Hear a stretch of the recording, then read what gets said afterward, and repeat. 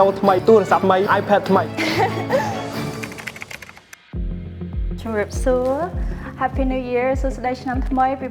2026 ក្នុងឱកាសឆ្នាំ2026នេះខ្ញុំបដិញ្ញាថានឹងព្យាយាមអភិវឌ្ឍខ្លួនឲ្យបានល្អ ជំពរខ្លួនឯងក្នុងឆ្នាំថ្មី2026ឲ្យមានលុយក្នុងកប់ហ្នឹង$10000 សុខភាពល្អមានលុយច្រើន ជំពរឲ្យខ្លួនឯងបន្តការអភិវឌ្ឍខ្លួនទៅចម្រើនទៅលើការងារ ម៉ូតូថ្មីទូរស័ព្ទថ្មីនិង iPad ថ្មី 2026នេះខ្ញុំសូមឲ្យខ្លួនឯងមានភាពរីកចម្រើនទៅលើអាជីពការងារបច្ចុប្បន្ននេះ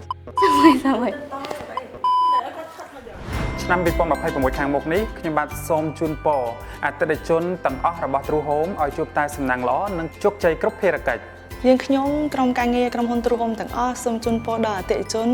ទទួលបានសុខសុវត្ថិភាព មានសុខភាពល្អរកស៊ីមានបាន សុខសុភមង្គលនិងជោគជ័យគ្រប់ភារកិច្ច រកស៊ីមានបានកាន់តែឡើងឲ្យរីកចម្រើនក្នុង